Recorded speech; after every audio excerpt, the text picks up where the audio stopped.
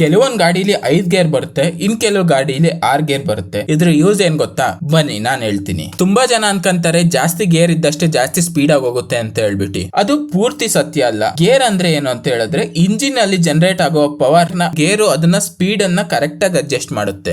Usually 5 gear ಇರೋ ಗಾಡಿ petrol ಅಲ್ಲಿ ಚಿಕ್ಕ ಇಂಜಿನ್ ಇರ್ಬೋದು ಅಥವಾ ಕಮ್ಮಿ ಪವರ್ ಪ್ರೊಡ್ಯೂಸ್ ಮಾಡುವಂತ ಇಂಜಿನ್ ಇರ್ಬೋದು, ಅದಕ್ಕೆ ಕೊಟ್ಟಿರ್ತಾರೆ.